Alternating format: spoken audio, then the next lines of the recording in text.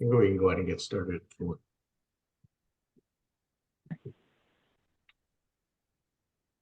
Are we I think we're good. Is that what you're saying? Yeah. Okay. All right. So we can't see the audience. The audience can see us. Is that the format That's we correct. have, Joe? Okay. Okay. Yes. Well, welcome everybody. I want to thank each and every one of you for taking the time to participate in this year's legislative update discussion. I'm Michael Porman. Before I go around the table to introduce the rest of our panelists, I do want to just get some housekeeping comments out there. All of you are going to be on mute, participants. If you have any questions as we go through the material in this webinar, if you could please just enter those into the chat. We'll make certain to get to those as we go through the discussion, or in a worst case at the end of the discussion. But once again, I do want to thank you for taking the time to be here today. We have a lot of exciting things to share with you. Before we get into this, I do want to introduce you to your panelists. So we have Lisa McGill, who's board certified condo and PUD fellow, pardon me, College of Community Associations lawyer. She's with Kay Bender. She's going to be walking through much of the detail of some of these bills, particularly the ones that we have a big focus on, which relate to the HOA and condo reform legislation. Jason Schoenholtz. Jason, aside from being the co-founder of Trident Management, he's also a licensed CAM. He's been a member of our chapter since 2013, and he is our president-elect for the chapter this year. We'll be taking over as president next year, so congratulations, Jason. And Jason, too, is going to walk us through some of the legislation that particularly relates to CAMs. And then you have myself. I'm a homeowner leader. I'm the president of my board, which is Weston. And in Weston, it's Mariposa Point. We're a condominium association. And I've been a member of the chapter since 2019. And I am currently serving as your president of the chapter for this year. And it's been quite an honor. So I look forward to sharing with you some good information that we captured from this year's legislative session. Let me move on to get into just giving you an overview of some of the high points. These are probably the headline points that we took away from the activities this year. First, I'd like to start with contrasting it between last year. Last year, the FLA team, Florida Legislative Alliance team, we were actively tracking 27 bills, of which 4 were ultimately approved and signed into law by the governor. This year, in contrast, the team was actively tracking 75 bills, of which the following 5 were pivotal bills that did pass, and these are the ones we're going to go into more detail today. The big focus area in today's discussion is going to be around the 2, you could probably say most comprehensive, which is the H1021, which is the condominium Condo 3.0 bill, and then you've got 1203, which is the homeowner association bill, the reform bill. We're going to take deep dives in those, and then we'll take a lighter coverage of the remaining bills that we deemed as pivotal this year. So the influx or the sheer amount of these bills, or the activity that was presented this year, was unprecedented. It provided a huge challenge for condominium associations, and it's going to profoundly impact or have an impact on many aspects of our association living and management. Throughout this session,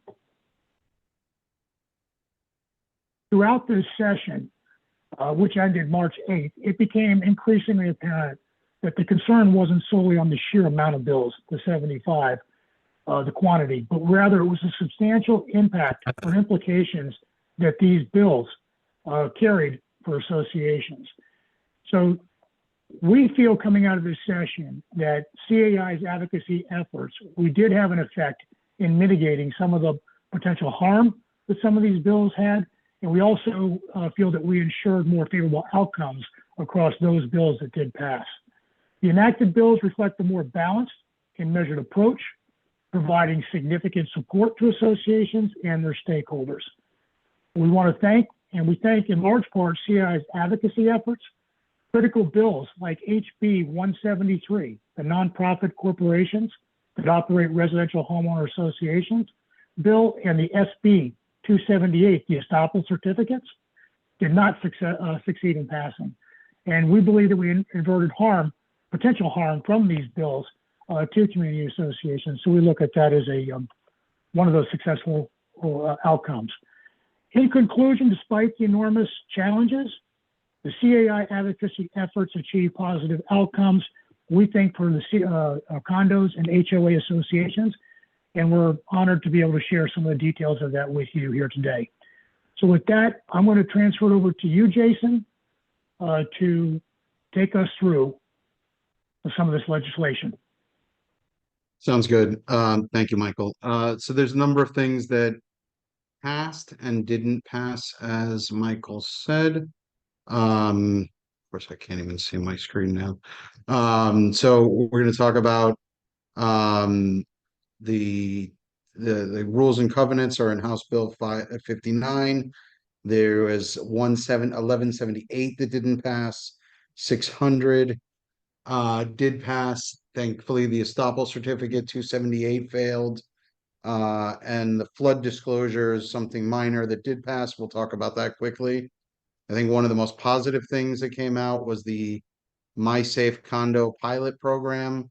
It's just a pilot program, but it's a great start. We'll talk a little bit about 1203, which is the homeowners association reforms. I think there were a lot of really strong things that were in the original draft that would have been very detrimental.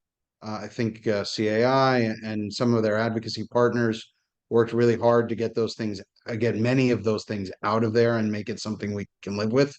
And then we'll talk about the citizens' property insurance and what's going on there. Okay. Am I doing this one? Yes, I'm touching this one. So the first one is House Bill 293, which talks about hurricane protection. This is just to clean up some of the language that didn't exist on the HOA side. For those of you who'd handle condos and HOAs, this is going to look very familiar. It's very similar in that an HOA must adopt a hurricane protection specification, and that an HOA cannot simply reject an ACC request that conforms with those adopted specifications. And it goes further in to talk about what those things include: roofs, storm shutters, impact windows and doors, polycarbonate panels, garage reinforcement, erosion control, exterior fixed generators, and fuel tanks. I think this was just to kind of clarify what rights an HOA has when it comes to controlling hurricane protection, and it really helps set the stage so that we have less arguments over things like that.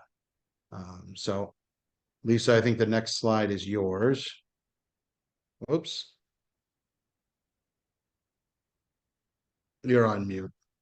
No. Hi, everyone. Thank you for joining us again. This next bill is very, very short and it's very quick to the point. It's really just to ensure that all HOA owners have a copy of the rules and the covenants. Now, of course, they already should have a copy of the rules and the covenants, but apparently the legislators were receiving complaints.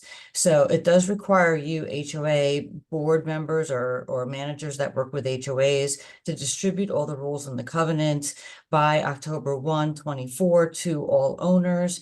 You can do that via electronically if you have consent to use electronic notice. You can also do that by uploading the documents to a website and then giving everyone notice of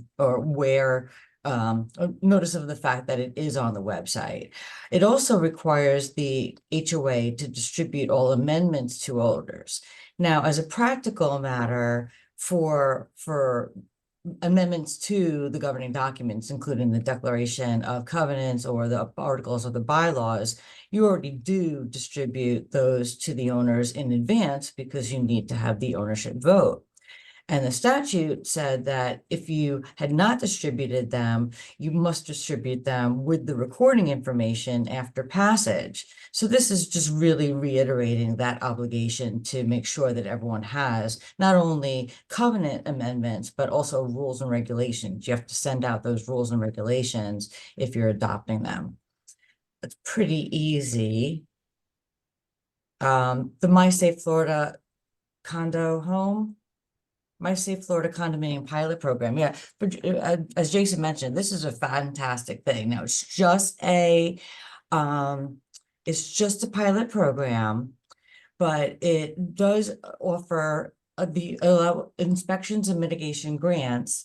The grant applications have to be approved by the board or the membership and all owners of the units within the building to be improved. So the grants are largely available for roofs and for windows, doors.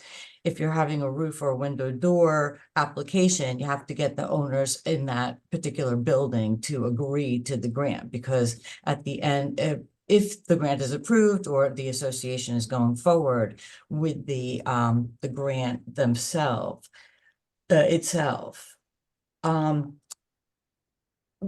This is good. It's a great program. Associations, it's based upon $1 for every $2 spent. You can qualify for up to $175,000. And I think that they dedicated 30 million to the program this first year. The My Safe Florida Home program is a very, very popular program. And that has granted over $400 million to homeowners since 2022 for windows, doors, other mitigation work or other work, hurricane hardening work so homes are protected. Let's hope that this program is very successful. Let's hope that it continues. Let's hope that some of the cash-strapped associations out there are going to be able to take advantage of it going forward. Now we're going to get into really the meat and potatoes of what we're talking about today. So there's two major bills. Michael already mentioned it's 1021 for condominium associations largely, and then the 1203 that affects HOAs, homeowners associations. So Senator Bradley really championed this community association bill, they're calling it Condo 3.0. She went around the state, talked to so many people, so many stakeholders, so many owners, managers, industry people, and really got a great idea, a good, very, very good working idea of what community association operations are like, what kind of problems community associations face, and what types of tweaks that she could legislate to improve those community associations. I'll talk about them in more detail. The first is the changes applicable to the DBPR, that's the Bureau of Enforcement, largely. And it does expand the jurisdiction of DBPR. Now, I don't want you to be overly concerned or have a lot of trepidation about that, because really the DBPR's powers were stripped many years ago, and they were only allowed to investigate items related to financial, elections, and official records. Now, I can tell you that official records complaints by far vastly outweigh all the other complaints that are received by the division. But there were failures. There was an inability of the division to be able to investigate certain matters. And there were a lot of complaints saying it's the quote, do nothing division. So now they're going to have the power to investigate conflicts of interests, failure to respond to written inquiries. They're going to have the power to remove officers and directors for accepting kickbacks, for use of debit cards inappropriately.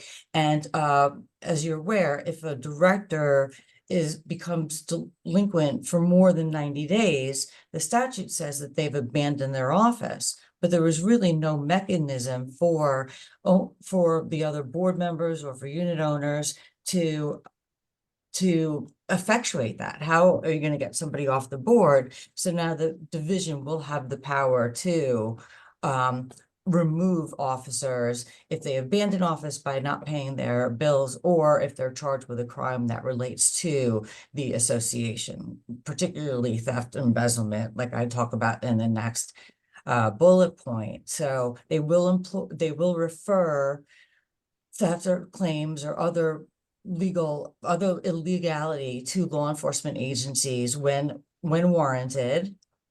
They're going to create a database that is going to show who's completed their structural integrity reserve studies. So everybody make sure you get those structural integrity reserve studies done. I think you're going to have to report it on the bill that you sent, on the fee bill that you send back to the division annually for your $4 per unit. And you're also going to have to report whether or not your board members complied with the education requirements that we talked about. Two other things. It does give the division or other state employees the power to attend association meetings. Why? Why did they even want this, or why did they even care about this? It was raised by the ombudsman. The ombudsman would be contacted by owners having issues with their association, and he would just like to attend. I mean, again, maybe to answer questions, maybe to observe, to determine whether the owner that was complaining was right, or there were problems that needed to be rectified. And often at times, I guess he was prevented from doing so. So this will give the division or other state employees the power to attend meetings. And it will also give them the power to get access to your websites when there are issues associated with access to official records. I know from my own personal experience that many times the association will say it's on the website, it's on the website, it's on the website. But if the owner has difficulty in navigating the website, this will give the association the ability to, quote, prove that the documents they say are on the website are on the website. They can walk the division through where it is on the website. And if there are any omissions, you can rectify those omissions. Going forward, there are many changes associated with community association managers and community association management firms. So Jason, you might want to talk, I would like to have you talk about this so you can address it as someone who it applies to. Yeah, so just stepping back 1 second to the division thing, I think it's important to point out, Lisa, that you and I were talking earlier, the division's still figuring this out, guys. So I think it's important to realize that there's a number of hours and expansion that they were given and money in order to do it. But I don't know that it's going to take them some time to really get their arms around it and move forward. So look out for it and be aware of it, but also realize that they're not going from 0 to 100. So those homeowners that are still looking for help, it may take them a little while to get ramped up and deal with those things. So have a little patience with them. Going on to the effects of 1021 on the community association manager side. There's a number of things that affect us. I'm going to hit a couple of them. It's a pretty massive bill altogether, guys. It's about 145 pages worth of stuff. So we're going to hit the highlights here. The simple, easy one is they did make it a requirement for a community association manager or management company to return official records within 20 business days. Most of us are already doing that. It's in line with what the division has asked us to do as a guideline already. But this makes sure that it's a law and will help prevent any issues from some who were not complying. It also applies to if you stop managing a building or if there is a request to terminate and turn over documents. So there's no ability to withhold things. There is a huge section on disclosure of conflict of interest, which is important. They've expanded the meaning of the conflict of interest stuff for a management company. It's not just that you have an ownership stake in a business that's being done. If there is a financial relationship or anything else there that needs to be discussed, it needs to be disclosed. They went a little bit further in that the soliciting of competitive bids, especially when it comes to this conflicted issues. The original statement said that we must provide 3 competitive bids. We all know that sometimes that's not possible. This is one of the items where we were able to make a good change, and that it now says that the manager must solicit 3 competitive bidding. So it doesn't say we must have 3 bids. It just says we have to solicit competitive bids beyond the ones that are a conflict or could be perceived as a conflict. And it also set a threshold of $2,500. So we're not having to go get competitive bidding to change a light bulb, thankfully. Um, Including into this was apparently this was very important to the people who wrote the laws, because they wanted to make sure all of the conflict disclosures are in there. It has to be part of the minutes. It has to be part of the contract. There are all kinds of rules as to how it's pointed out that there is a conflict. And the good thing that they did do, though, is that even if let's say a board member is conflicted out because their brother owns the landscaping company, they are still able to be perceived as being present for a point of establishing a quorum. But when that conflict exists, the vote needs to still be a 2/3 majority of the board. So it's not just a simple majority. That kind of helps make sure there's no perceived conflict. And then if that conflict is not disclosed, okay, so somebody forgot, somebody intentionally hid something, with a vote of 20% of the membership, gives the ability for the association to cancel the contract with that's the conflict. It also gives them if that conflict is with the management company, it gives them the ability to cancel the management company's contract as well. So it's a big deal, and it's very important that we disclose these things, as we should be always. It goes into, after that, we're going into official records. Some good changes, some changes that are going to require more work. So they added officially to the records invoices, receipts, deposit slips, payment records. Those are things that were a little bit in question. It also added the building permits for any permits that are going on, for any construction that's going on, and that board member education certificate that we were talking about earlier. So that will be part of the official records. And as Lisa mentioned, not only will it have to be part of your records for your association, but you're going to have to submit those proofs to the division. So an association, one of the other great changes that came about had to do with how association records that were destroyed or lost or missing. The original draft of this bill said that the association or the manager had to make a good faith effort to replicate the document, and that was a little that opened up a whole lot of liability. So we were able to mitigate that a little bit and just say that we're all going to make a good faith effort to obtain or recover an absent piece of material. So we'll make every effort to find that document that doesn't exist, but you can't make the association recreate something years later and get it wrong. Okay. We go into records requests. So there's been records requests are a big deal. As Lisa said, that's the most common complaint that the division gets. So they have clarified that as an association, you can make your records requests. You can fulfill your records requests via your website. But with that, you have to actually provide a checklist of records made available. So you're going to provide that checklist to show anything that was on the website that you provided, and anything that you couldn't provide, and why it couldn't be anything that couldn't be provided. And that checklist will also become a piece of the official record. And as an association, you have to retain that for 7 years. Right, so this is a really big deal. This is a really big deal because no longer are you going to be able to say, there's the room where all our records are kept, have at it, or give somebody a huge box of stuff and say, okay, everything that you wanted is in here. Lately, I've been trying to do records requests if the association doesn't have a website via Dropbox, and that's also an easy way for you to know what's on there because you upload it to the Dropbox and there's a list of all the records that you're uploading.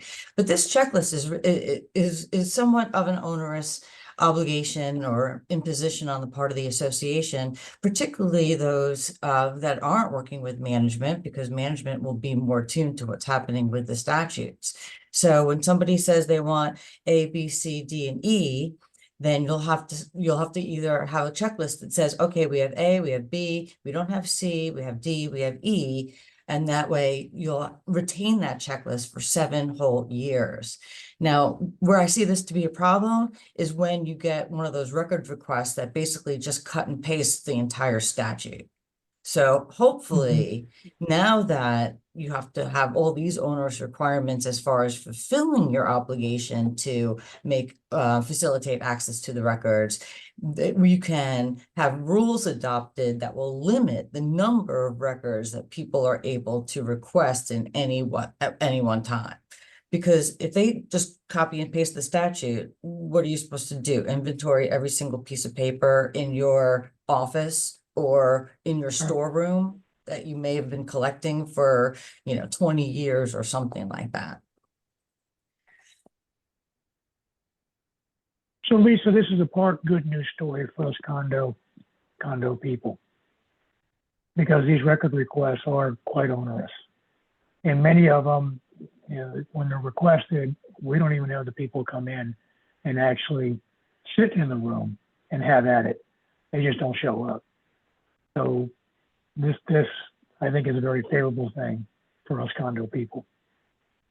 Well, so for for associations that have websites, regardless of whether it's a condo or HOA, actually they're changing the website requirement. Now condos with 25 or more units are going to have websites, and they're going to have to post the records that are listed for, within the statute, and we can provide that list for you should you so desire. But I think the website is the best invention for this record inspection problem, because if you can just post records up on the website, you don't have the labor associated with pulling the records. You don't have the staff time or the volunteer time for monitoring the records request. You don't have somebody waiting around for an appointment where somebody doesn't show up. I think a lot of problems are very easily solvable by use of the website, and having the division be able to access your website is not a big deal. Believe me, the division people are so busy. They're not going to be unilaterally like searching for condo websites and trying to monitor or audit what you have on there.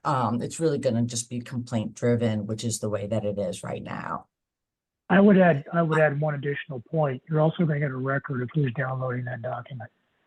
You're going to have an electronic record of that, and you can show that they do have access to the record that they claim that they don't have access to. So I think it solves a lot of interesting things for us. But thank you.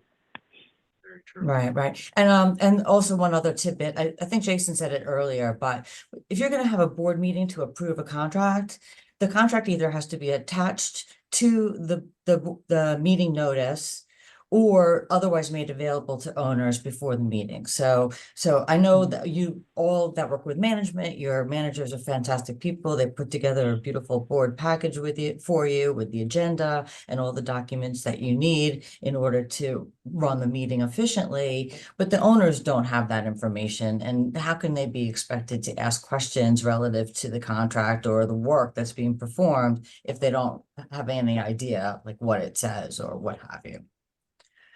Financial reporting can't waive. So if you're required to do an audit, you can waive 1 year. The next year you can do an audit. The next year you can waive. The next year you can do an audit. Now, this was put into the law several years ago, when it said you couldn't waive for more than 3 years. And apparently there were many complaints, so that was eliminated from the law. Now we're putting it back into the law, and we'll see what happens. I know we have a bunch of questions out there. It's really kind of difficult for us to look at the both the what we're doing and the questions at the same time. So we'll try to get to all the questions at the end of the presentation. Moving forward, association operations. Oh, cannot waive financial reporting for consecutive years. Got that? Make that really important out there. So you condos going to have to hold board meetings at least quarterly. It said you had to hold them 4 times per year, but now you have to hold them at least quarterly. So 6 one, half dozen the other. Really, the importance of it is regardless of whether, if you're only having that one meeting per quarter, regardless of what's on the agenda, you have to allow people to ask about the status of construction projects and the revenue and expenses for the current fiscal year. Remember, these laws come from somewhere. Where do they come from? They come from the constituents. The constituents tell their legislators what kinds of problems they're having. The legislators try to solve those problems through this legislation. For those associations that have mandated hurricane protection, if you do so by the vote that's permitted in the statute, rather than amending your documents to mandate owner improvements, meaning mandate owners replace their related windows within a certain period of time, you're going to have to record a certificate attesting to the vote and what is actually mandated. So if you do an amendment, the amendment will be recorded, and the amendment will say the due date for completion. It'll also say exactly what it is that's mandated. This just as in a certificate for those who are following the statutory procedure rather than amending their documents. Electronic voting. I mean, electronic voting, I think, is fabulous. But right now, well, not but, right now, the way the board had the option of determining which meetings were capable of electronic voting. So you may have had it for your election, but you come along to the next meeting and you may be voting on a material alteration, and the board may have just not set up electronic voting for that meeting. Well, this changes that. Just basically says that once you opt into electronic voting, that electronic voting option has to be given in subsequent voting events. And of course, that unless you opt out, or of course, unless the board adopts another resolution thereafter opting out of the electronic voting. Electronic voting, if you haven't used it, it's very, very easy. Once you get used to whatever program you're using, it's very seamless and it eliminates a lot of problems.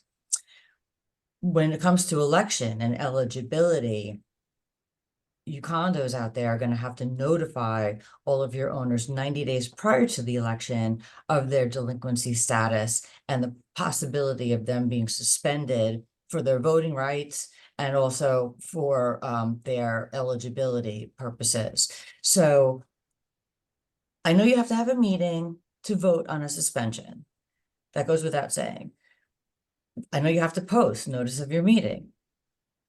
Owners are sometimes not paying attention to what is going on the building on a daily basis. So they miss the meeting where their unit has, where the board voted to suspend the voting rights associated with that particular unit. And you also, after the meeting, you send a notice, you send a letter to the owner saying, hey, we suspended your voting rights at the meeting that happened on Thursday, the 5th. Well, apparently they haven't read that mail or looked at for mail from the association. So here's another notification. Your first notice goes out 60 days in advance. So 30 days prior to your first notice, you're going to send unit owners that are delinquent that the association may suspend them if they go past the 90 days. The next issue is actually a big change. Up till now, you had an option for education. You could either sign the self-certification form or you could take a division-approved certification class. So that is now going to be beefed up. The initial session for certification is a 4-hour class. Wow, that's I can tell you from doing these classes, especially over webinars where we don't have the interaction back and forth. Speaking continuously for 4 straight hours is a lot. I mean, there's a huge amount to cover. There's only so much that any one brain can really absorb in any one session, but there will be more direction on what needs to be included in these sections. Right now, I mean, there are categories to include, but every session is very, very different, and you're going to have yearly annual updates. Now, the good thing is there are so many opportunities for education. And it's so easy now that everything's over computer that, you can sit at home, you can record it, you can, or you can take advantage of one of the great meetings that many of these service providers offer and get, snacks or breakfast or whatever it is, and then meet other people that also are community association directors that are attending the education. The certificate is valid for 7 years of continuous service. So if you drop off the board and then come back on, you're going to have to do that 4-hour class again. And after the 7 years, you'll have to do that 4-hour class again, which of course will be a completely different class once we wait 7 years later. Every year, you're going to have to certify that the directors complied with the education requirements. And I believe that's going to be on the form that you return when you pay your annual fee. So that'll be easy enough to do. Just make sure that you have those certificates, make sure you put them on your website. And once they're on your website, you don't have to worry about them because they're there. Now we're going to go into the homeowner association bill. So there was a lot more in that 1021, but we wanted to cover really the most important things, and we wanted to leave a little bit of time to answer your questions. 1203 is also a comprehensive bill, but it pertains to homeowners associations. So this one also has regulations for community association managers. Jason, you want to go through those new regulations? Happy to, Lisa. There were some interesting regulations put on us here as CAMs. As you see, they specifically said that a CAM must attend, if you're going to manage an HOA, not a condo, now we're in the 720 world, so all HOAs, you must attend in person at least one meeting a year. So apparently they're different than condos. They need to be in person. They can't be virtual. In particular, there must have been some complaint out there that they didn't know who was managing. So we now have to publish specifically who is the CAM or the team that's representative to assign to that account. That CAM's hours of availability, so your office hours, a summary of their duties and or the firm's duties, and if requested, a copy of the contract. And I believe that if you have a website, it also has to be posted on the website as well. They added some requirements for education on the CAM side as well. So they're saying that the CAM has to complete at least 5 hours of education specific to HOAs every 2 years. Maybe they felt the education was a little condo specific. And of that, 3 hours has to be specifically focused on record keeping. So those are some things that just relate to the CAMs that manage HOAs. Going into this goes back into the effects of the association. Lisa, why don't you grab that one? Right. So now HOA communities with 100 or more parcels have to also have a website and post certain documents on their websites. They're required to do that by January 1, 2025. For the condos I mentioned before, it's going from 150 down to 25. So if you have 25 or more units, you're required to have a website. If you have a little bit of a reprieve, you're not required, or the mandate does not apply until January 1, 2026. So you have a little time to get that website going. If you're a condo with less than, well, in between 25 and 149 units. Thank you, Barry, for pointing that out. And for those of you on the HOAs with more than 100 parcels, you only have a short period of time, which it doesn't take very long to create the website or hire a company to do so. Just the initial labor associated with uploading the documents the first time, is somewhat taxing, but afterwards keeping it updated should not be all that difficult. Now, I think everyone is pretty much familiar with the hammocks case out of Miami-Dade. Really, really terrible thing. I mean, really terrible thing. It was a huge community. I think it was like 5,000 units or something. A monster-sized community.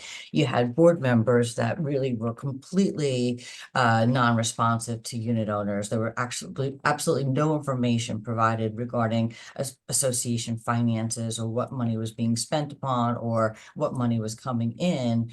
And it took the law enforcement officers that were investigating it like 3 years to get the information that they needed in order to bring the charges. And now some of them, I think, are ultimately convicted.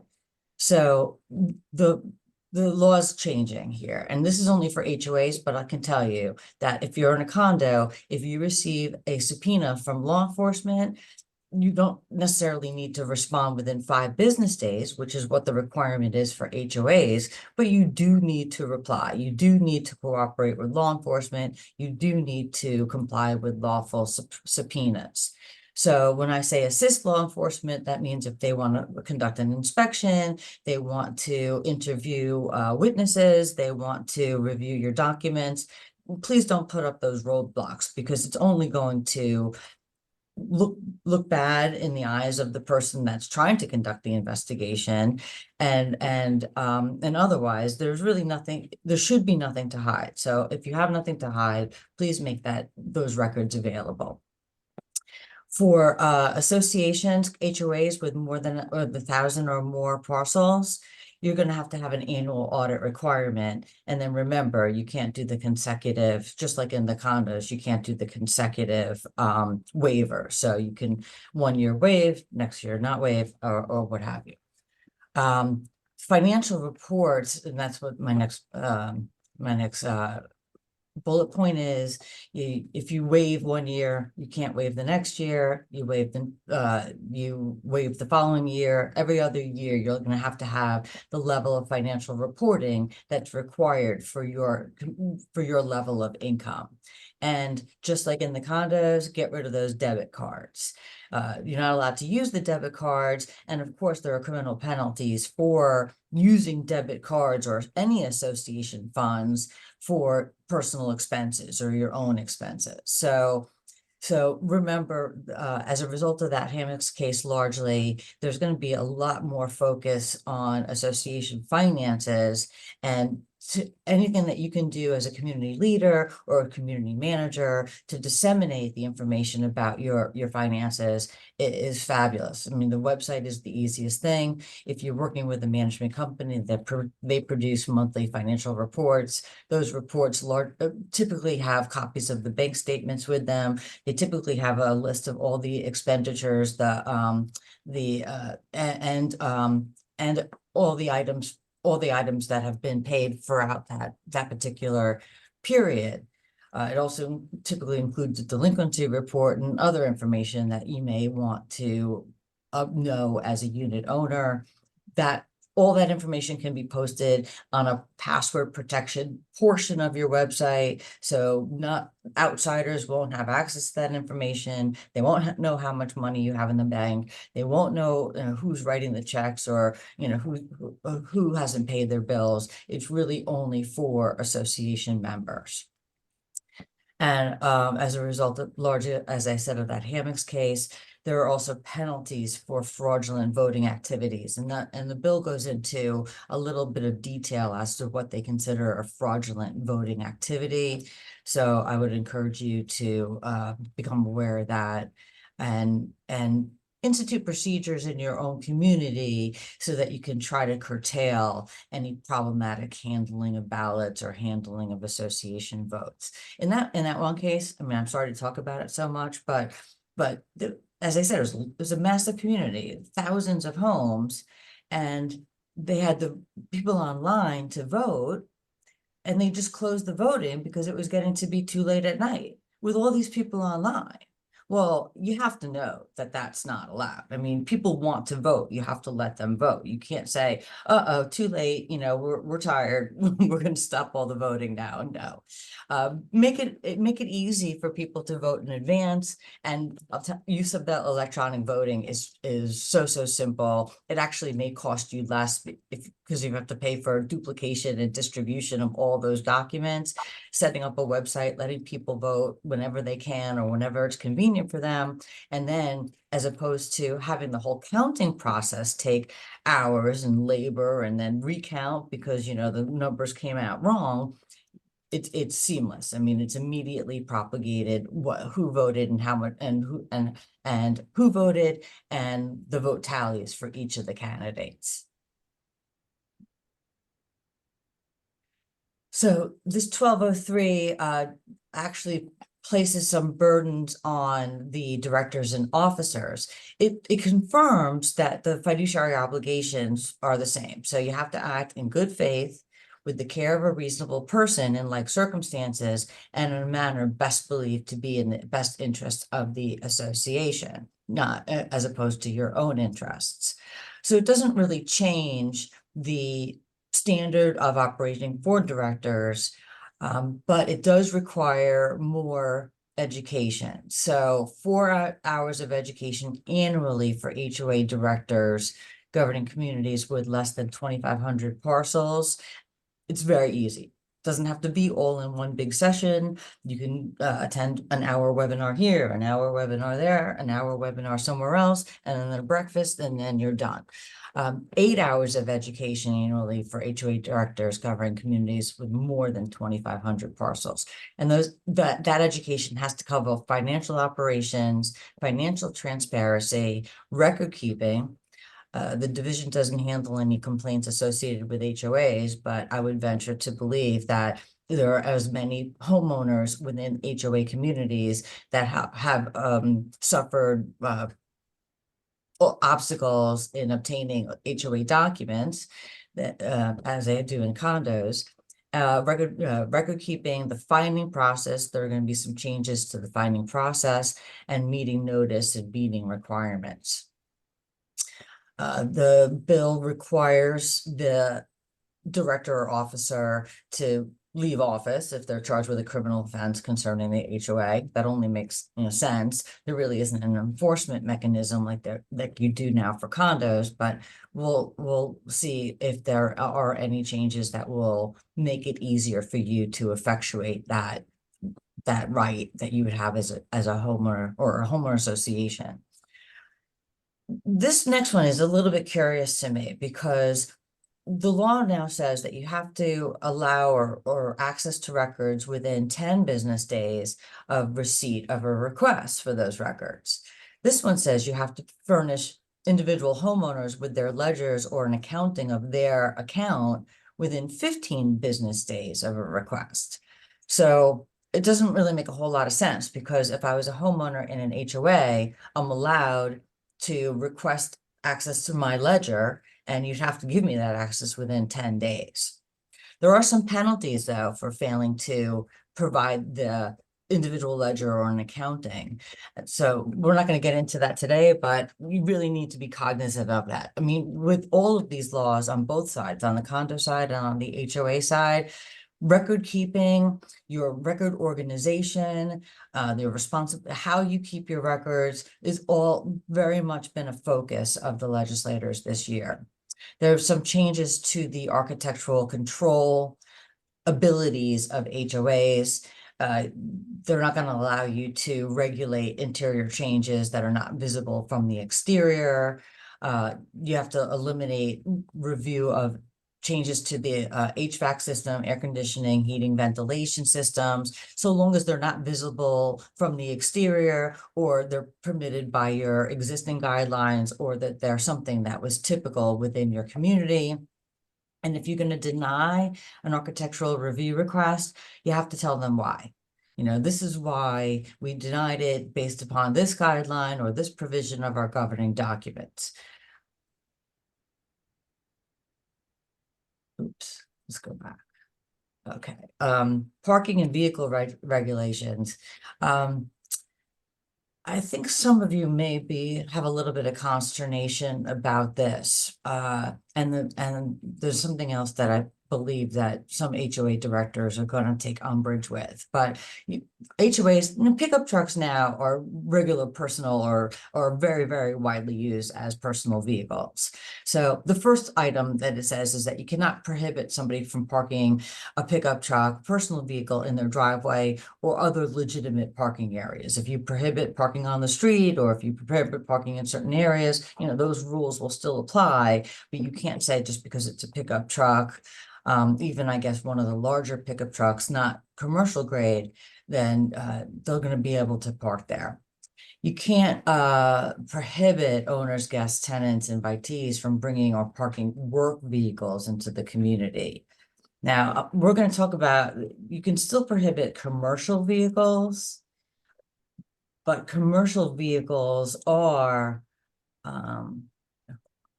second. Okay, so 35,000 you can pounds or prohibit commercial something. vehicles, but there's a very specific definition in the statute of what constitutes a commercial vehicle. And that is under section 320 of the Florida statutes as a vehicle which is not owned or operated by a governmental entity, which uses special fuel or modal fuel, and which has gross vehicle weight of 26,001 pounds or more, or has 3 or more axles, or is in combination with the weight and the types of axles. So I looked that up because I don't know, what trucks weigh or what vehicles weigh, and I found that Class 7 trucks typically weigh 26,000 to 33,000 pounds, and they typically have 3 axles or more. So when I looked it up, it says think street sweepers, garage, garbage trucks, city transit buses, furniture trucks, small semi trucks. So when people have a work vehicle, if it says Truly Nolan on the side and it has those little eyebrows, eyelashes coming off the front, they're gonna be allowed to park those there. Same thing is true for law enforcement vehicles. And first responder vehicles. So someone's in law enforcement, they have their police cruiser. Someone's a first responder, they have their ambulance. I don't know if they take ambulances home, but there's all kinds of different first responder vehicles that they're going to have to be permitted to park in the community in legitimate parking areas. And where I find that you may be upset about this is that you cannot restrict the homeowner selection of a contractor or a service provider. So you can't stop somebody at the front gate if they don't have a license. I actually am not comfortable with this because even in an HOA where the houses are not touching, and in some HOAs, townhouse type communities, the houses are touching. So the work that you do, plumbing work you do in one can definitely have an effect on the unit next door. But even in an HOA where the houses are not attached to each other and there's yards in between, I feel uncomfortable not being in a position of being able to require the use of licensed and insured contractors. That this law is not yet, this bill is not yet codified into law. So we don't know if this is actually going to become effective or not.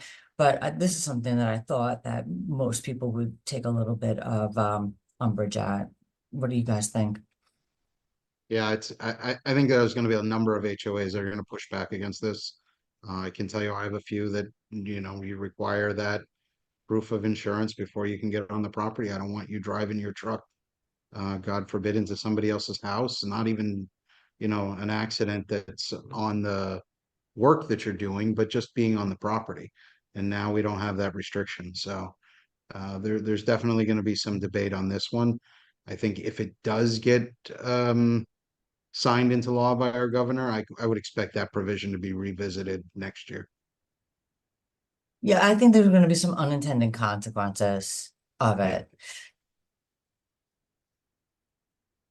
And fines, there's a lot of changes regarding fines. Now, through CAI, I think Michael mentioned earlier, our legislative alliance, we were on defense pretty much this entire season.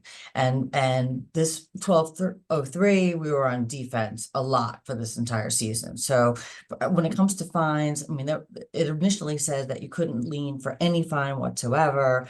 It's now retained that right. If you have the authority in your governing documents and the fine exceeds $1,000, you still have the ability to lien for it. But there are limitations. There are new procedures. So you cannot levy fines for leaving the garbage out less than 24 hours before or after the garbage day. So I tried to explain this to someone. Say your garbage day is on Tuesday. This means Sunday night after 12:30, which is really Monday morning, you could put out the garbage. That's Sunday night, late Sunday night, and then well, because it's really Monday, and then garbage comes on Tuesday, then you can basically leave it till Wednesday at midnight outside. Now, some of you may think this is important, some of you may not think it's important, but it's a longer period of time than I think that they really contemplated. Holiday, same thing with holiday decorations, but with holiday decorations, if you give them a notice saying, hey, you're supposed to get rid of your holiday decorations. It's now the middle of November and you still have those big pumpkins everywhere. After 7 days, after a week, after the notice, then you can start the fine. So that's fair, that's reasonable. With the procedures for fines, you still have to give 14 days notice of the opportunity for a hearing before a committee of unit owners that are not members of the board or members of board members' households. The hearing must be held within 90 days of the notice. You can hold the hearing remotely. I think you can hold the hearing remotely before that, but the law does clarify it. You can hold that hearing remotely. You can't collect the fine if the violation is remedied within the time frame in the notice or before the hearing. And that's what I tell my clients anyway. You send somebody a letter saying, get rid of your garbage can, or, park your car in the place that it's supposed to be parked, or, clean your driveway, pressure clean your driveway, and they do it, well, then there's no fine. And even if you send them 2 letters, the first letter is pressure clean your driveway, and then the second letter is, you didn't pressure clean your driveway, we're giving you the opportunity for a hearing. Your hearing is on January 5th at 5 p.m. If they get it done before January 5th at 5 p.m., no harm, no foul. They did what you asked them to do. So there's really no fine associated with that. If you do levy the fine, and of course the committee approves or confirms the fine, then you have to send notice after the committee meeting, which I know you already do, and set a due date. And the due date can't be less than 30 days from the date of the notice. And you have to furnish the person sought to be fined with the written committee finding within 7 days of the hearing. If you're going to do a fine or for a suspension of use rights, in that notice that you send after the hearing, you tell them, here's how much you have to pay. If it's on the basis of a continuing violation, you'll specify that in the letter itself. Or if it's a suspension, just tell them what they have to do. Here's how much you have to pay. Here's what what you're not allowed to use, and here's when we expect it to be by. So you touched on it for a second, but I think it's important to point out to the people that are here that these bills were really, there's some concerns over what's in here now, and we talked about those for a second. But I think what the people listening need to realize is when these bills came out, there were a lot of even stronger things that were in there that would have Yeah. been very onerous on an HOA to Yeah. move forward with it. Lobbying groups like ours really fought to get out of these bills. Just to give you guys a taste, there was a prohibition from an HOA to lien for past due assessments at all. That was removed. There was a arbitrary cap on how much you could raise a budget every year, which didn't make any sense. There were things like uh, renters getting access to certain association records that didn't really make sense. There's times that it makes sense, but it didn't in some of these. There was there was even some prohibitions on the ability for an owner. There was a requirement for there was an ability for the owner to appeal an extra appeal for for violations and for ARC forms and all these crazy things. And my point here is that during the legislative sessions there are calls to action that come out from CAI.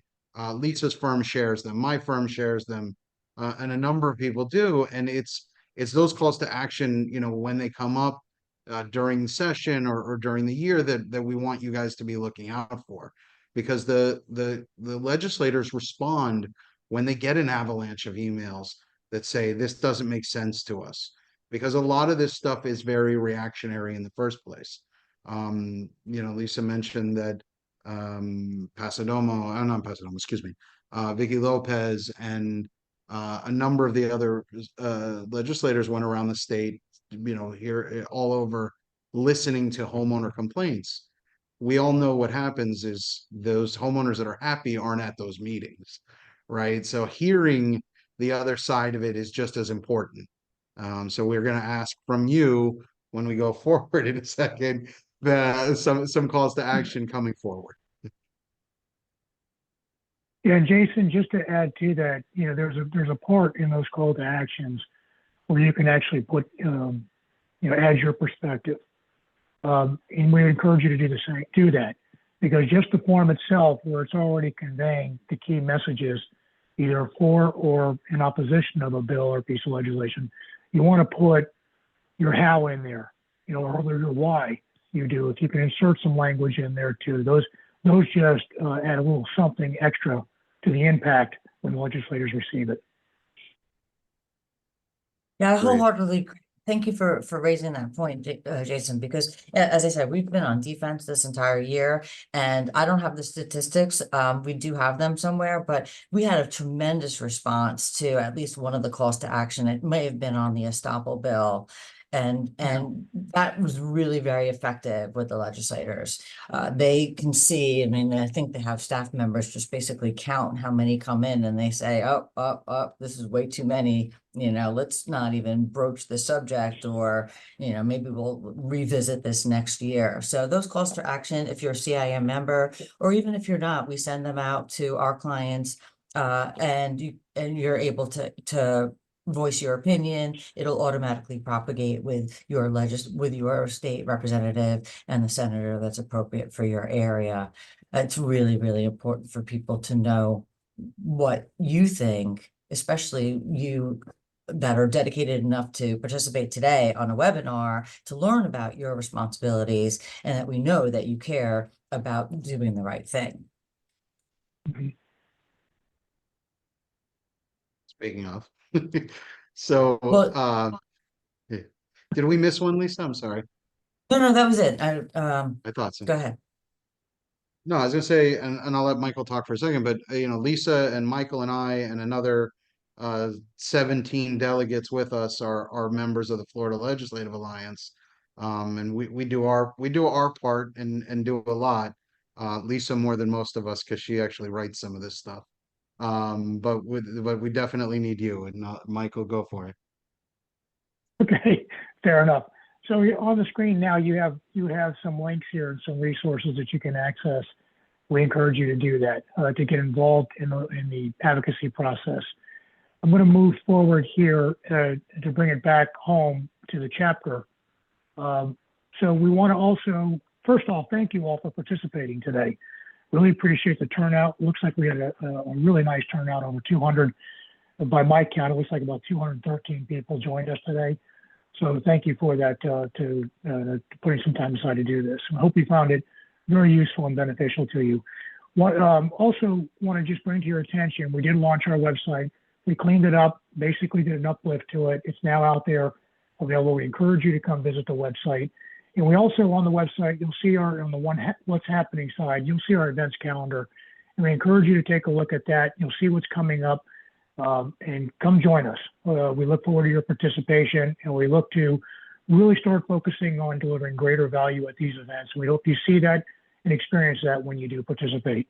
And the last thing I'll say is, to those of you that are on the call today that are not members of the chapter, I would encourage you to look into us. Take a look at the website, reach out if you have any questions. We'd like to see you come join us and join the chapter. Talk to Joe Napoli. Joe is here, he's on mute, but Joe is our chapter executive director. He joined us earlier this year. He's been doing a terrific job, and he's a great resource for you for questions, and can help you navigate some of the things that we've got on our calendar and what we're doing, as a chapter. I think that's about it. So with that, I want to just once again thank you. We do have panelists. We have, yeah. We do want to go through some of the questions. Yeah, obviously. That's right.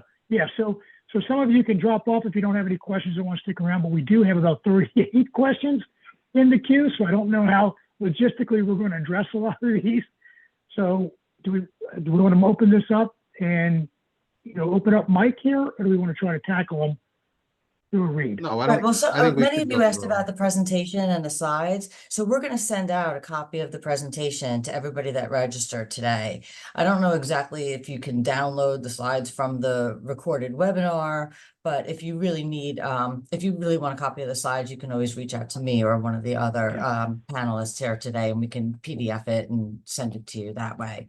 Because we want you to have this information. We want to be able, for you to be able to share it with your fellow directors, and also just to be able to have it as a little bit of a ready reference. But remember, we just scratched the surface here today. So we didn't go through the 124 pages of different things, with all the minute detail. So, and Lisa, there Can you will tackle? be, I think CAI puts out a end of session wrap up once everything is signed and sealed and delivered. And we'll definitely be able to provide that too, but that's a little bit down the road, guys. Yeah, and that can also, Jason, be viewed on the CAI national website too, under the advocacy drop down. You can find Florida, and you'll see that posted there too once that's available. Okay. Lisa, do you want to read them? Do you want me to read them? Where do you want to go? Well, okay, so I mean, let's try to tackle a representative sampling of them. Yeah, Um, I'm so with you. one of the questions relates to an HOA, and of course, the lots and the buildings are individually owned, the dwellings are individually owned. So there was a question about the permits for ongoing construction.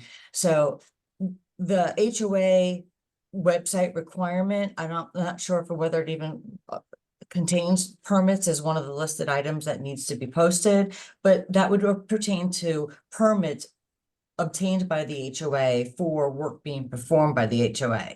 And the same is true on a condo. When it says you have to post permits, that doesn't mean you need to post every single owner's permit for, redoing their bathroom or their kitchen. You're posting the permits related to work on the common elements that the association has contracted for. Now, this is a question that I really like. What happens if an owner says they don't want to go to the website? They want you to cull through all the records, make them a nice list, and have the checklist.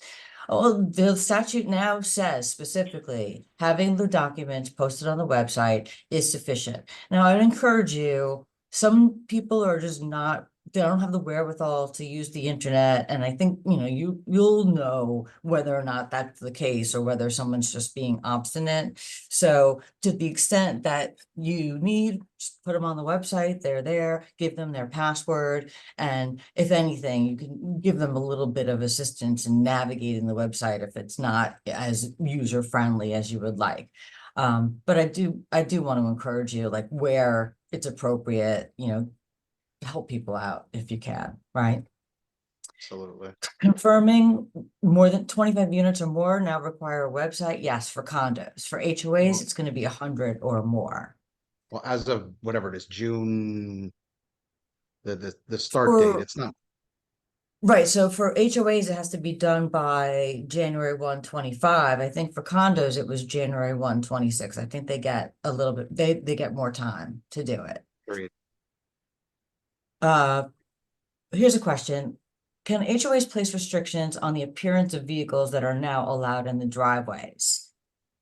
Rusty, dirty work vehicles, and can they mandate that certain trucks have covers to hide the unappetizing appearance? This is something that changed this year for the HOAs. It did change. So if somebody's got a work vehicle, I mentioned Truly Nolan, but it could be some kind of contractor, could be tree service, could be, lawn service, a guy that's got the signage on his truck. I say guy, a person who has the signage on their truck advertising a lawn service, and they have the lawnmower and other tools and equipment in the back. You're going to have to allow them to maintain that vehicle on property. They can park in their own driveway, or they can park in legitimate parking areas, not areas where you're not allowed to park. Now, as far as other types of vehicles, dirty, rusty, and what have you, there's a little bit of a difference of opinion as to whether or not or how far you can go in regulating the appearance of vehicles. Now, derelict vehicles, vehicles that can't operate on their own power, unlicensed vehicles, I mean, those are certainly within your rulemaking and your governing power. Something's a little dirty or rusty, I think that is going to be subject to higher scrutiny, and it really has to be an eyesore for the association's rules to be effective. I don't know, what's your experience with removing vehicles? I've actually had this where there are derelict vehicles on property. Nobody even knows who they belong to after a certain period of time. And we'll have to get them towed off the property, try to do whatever we can to locate the vehicle owner. But it's not as often. I do have many more clients that complain about people that have equipment in the back of their truck, or people that have panel vans, or the people that have signage on their cars. And for the HOAs now, it's going to fall by the wayside for the time being. Agreed. Yeah, it's going to be interesting. There's a number of communities that's a big deal in. I agree. I agree about that. What else do we have? So there's a question here. Actually, more than one person raised this. Where do we get the 4-hour class, or can this 4-hour class be spread over several days and sessions? It doesn't say, but I don't see why not. Right? I think it's going to have to be, to your point earlier, Lisa. There's just only so much information somebody can retain. Somebody asked about an online resident portal. Yeah, I think you're going to be fine there. The way it's written is as long as it's a web accessible, either by phone or something. So it looks like, if you want to call it a portal or a website, it's ultimately looked at as the same thing. So you should be fine there. And wasn't the key point there? It's the documents, the use of that portal or that website. You're going to have the documents. That's the sole driver. Yeah. Isn't that correct? Say that again, Michael. So that the purpose of the website, it's more of what the website is intended to do, which is be a location for documents, location for information. So whether it's a portal or a website, isn't the key point is you got to be able to have electronic access where the owner or resident can retrieve it.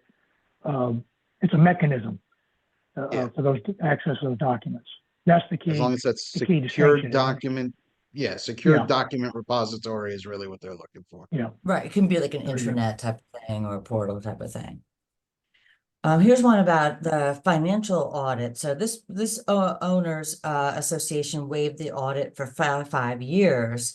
They plan to vote again for this year. This law will go into effect if this bill will go into effect if it becomes law in July. So if you've already voted to waive your financial reporting for 2024, because we're in the 2024 year, then I would say that would carry through fruition. But for the 2025 year, you'll be obligated to have the audit performed.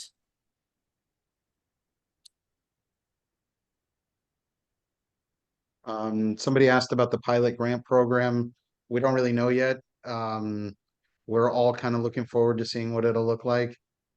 So just keep an eye on it. I'm sure as soon as CAI knows something about it, we'll definitely put stuff out about it. To Lisa's point, if you know anything about those My Safer Florida things, start gathering documents now because they will go fast. There's one question in here that I've heard quite often is coming from the CAMs, which is, are there going to be any protections for CAMs managers' jobs for reporting any wrongdoing within this new law from board members or property management companies? Are there any protections? Right, that was one of the things we were able to defeat because it really put the onus on CAMs to report, quote, illegal activity. Well, first of all, is it even appropriate for the state to require CAMs to know every single illegal activity? And what's the extent of that? If somebody's smoking pot, does that mean that the CAM's got to report it, or they have to find out if they have the license or what have you? So really, that really needed to be tempered. It's really now the division will report to law enforcement if they see evidence of suspected fraud, suspected embezzlement, or the suspected even maybe fraudulent voting activity. For the HOAs, you don't really have a way, the division is not going to, doesn't have the authority to investigate those types of complaints. So if there are, or you do suspect, or you have evidence of fraudulent voting activities, my suggestion would be to contact your local law enforcement authority. So there's a question here about access to ledger data, not just the balance sheet. For both types of associations, for HOAs, condos, and cooperatives, if there are any cooperative community leaders on here, it's not required, it's not necessarily required to be posted on your website, actual individual unit ledgers. I don't recall offhand, but you as unit owners do have access to that information. So you go through your official records process to request owner ledgers or evidence and documents reflecting expenditures and receipts on the part of the association, and you're entitled to review all of that information. So that's logistically actually a little bit more cumbersome on the part of the association or the management company, because now instead of just printing a general ledger or printing a payable report for a specific vendor, now you actually have to go back into the records and pull out the invoices, if the owner demands to see the actual invoices. Lisa, I have one here that may be relevant here. It's on it referred to as Palm Beach County. They have a rule. I'm assuming that they're talking about trash cans here, garbage containers, that you can't put it out before 3 the day before. Now, I know here in the city of Weston, we also have ordinances the city of Weston has where you've got to have certain time frames that you can put your can out. And then you got to have it back in and you've got to have it stored a certain way. Does this changes in the HOA bill that you presented here, does that supersede what the cities or the local governance or what do you want to call it, what the local government requires? No, Ordinances, they're independent of each other. So the local government, but that doesn't mean that the association has the ability to enforce the governmental ordinances. So Gotcha. the association can enforce its own rules. Its own rules cannot prohibit the 24-hour period on the front or the back of the garbage day, but the city can certainly have its rules and enforce them however it so chooses. That's a good question, actually. Some of the cities now are prohibiting using the gas blowers. A lot of places in Palm Beach County don't let the landscape use the gas blowers. And I've never had an association regulate that, but I can see association and the noise. It's really because of the noise purposes. Okay. The start date for most of these, Lisa, is June, if I'm correct, unless otherwise stated. July 1, if they July. become law, it would be July Thank you. 1. I don't remember any of them were done or had specific other dates. So wait a second, what is this? Okay. So the requirement to so there's a misnomer here, because the requirement to send copies of the documents to each homeowner, that's HOA, that's not condo. Now, as I said, everyone should have a copy of their governing documents. You should get them when you buy the place. You can get them from your HOA or your condo association at any time. You can get them from the public records other than the rules and regulations, which may not be recorded. But this place is it's a fresh start for the HOAs. It's saying for HOAs, send out all the records, all the condo docs right now, not condo, HOA docs, right now as before October 1 of 2024, and then make sure that you send out any newly adopted rules or any newly adopted covenants or changes to the articles and bylaws. In a condo, again, you do have to send out those changes to the declaration, articles, and bylaws, because you need to have membership consent. So they need to be able to see them beforehand. And most associations either send a copy of the recorded notice showing that the amendment's been recorded, so people have accurate records in their house, or at least a notice that says, hey, our amendment's now effective because it's been recorded. So this is a question we get a lot. So owner-controlled access to the association lawyer or CAM to ask questions. Now, vendors that performing services for the association deal with the board of directors. Why is that? Because an association is a corporate entity, and a corporate entity can only take action through its board of directors, unless, of course, a membership vote is required for specific actions or specific items. So when you have a vendor, those vendors are going to deal with members of the board of directors unless the board authorizes them to do otherwise. And I've had this problem in the past where owners would try to contact the contractors or other vendors and say and tell them they're doing a bad job, or why didn't your guys show up, or you left chicken bones in front of my house, or whatever it is. And really, that can actually turn off your vendors. It can make it more difficult for the association to find qualified people to work with them. Those issues need to be addressed with the board, and the board needs to be able to decide, should it invite the vendor on property so they can answer all these questions, especially with these monster contracts, these big concrete contracts. And you want the engineer to come out to the property and the contractor to come out to the property, talk about then the scheduling and, where the equipment's going to be stored and what kind of, when's the noisy work going to take place and when's the messy work going to take place. Same thing is true with the attorney. The attorneys especially have an attorney-client privilege that's protected by both the attorney and by the client. So it's up to the client to determine whether the attorney can have any communications with third parties, and individual unit owners would be considered third parties. So you can think about it like a corporation where the ownership of the corporation has an attorney. So there's an attorney for Exxon. Well, all the shareholders and all the employees of Exxon are not going to be able to contact the attorney. It has to be members of a control group, which is the ownership group or the board group. Now, on the HOA side with the CAMs, the CAM does have to provide you with that specific information, but even on a condo, the CAM is generally there to field many of the questions that would otherwise be posed to the board of directors. I mean, the CAM is there to really facilitate all operations and carry through everything that the board desires to get done. So you should have some kind of communication with the CAM. There may be rules. I mean, there may be limitations. One owner in one community, it's unfair for them to be able to usurp all of the CAM's time, particularly if they're roving or they do portfolio work and they work for 5 different communities. But go back to those original slides that we talked about with 1203 that says exactly what the CAM has to do. They have to provide you with a copy of their contract.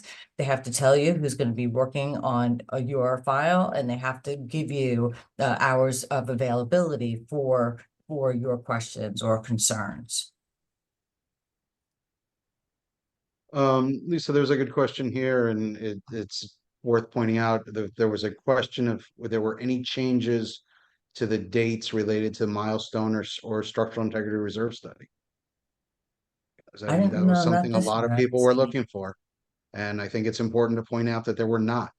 So if you haven't Right. started moving forward with those milestone reports, those structural integrity reserve studies, you're behind the clock at this point.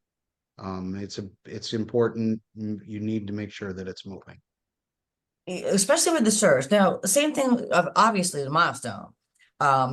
Every city is treating the milestones a little bit differently. And if you're in Miami-Dade and Broward, and if you just completed your 40 or your 50 or your 60-year certification, you may have a little bit of a reprieve because the law does allow the building department to have a 5-year look back. So if you did your 50-year recertification in 2022, you may be able to use that report for your milestone purposes.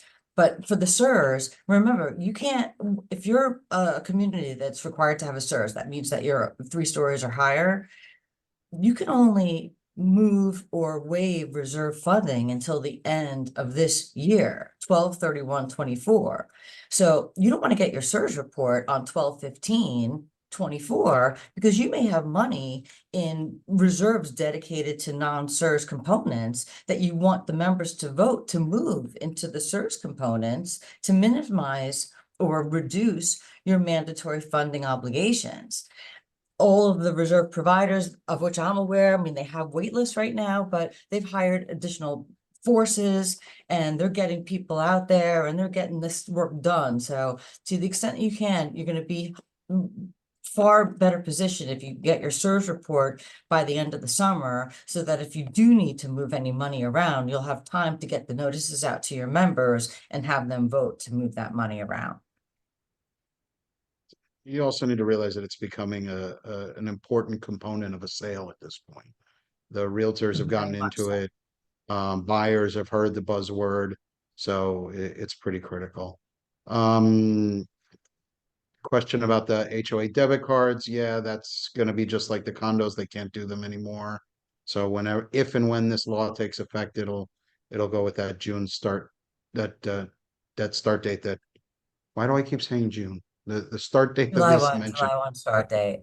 July. I'm moving everything forward, guys. Sorry. We're almost out of time. There are a Anyone lot of else? questions about the Yeah, we're done. conflicts and the service providers. So think of it as generally as you can.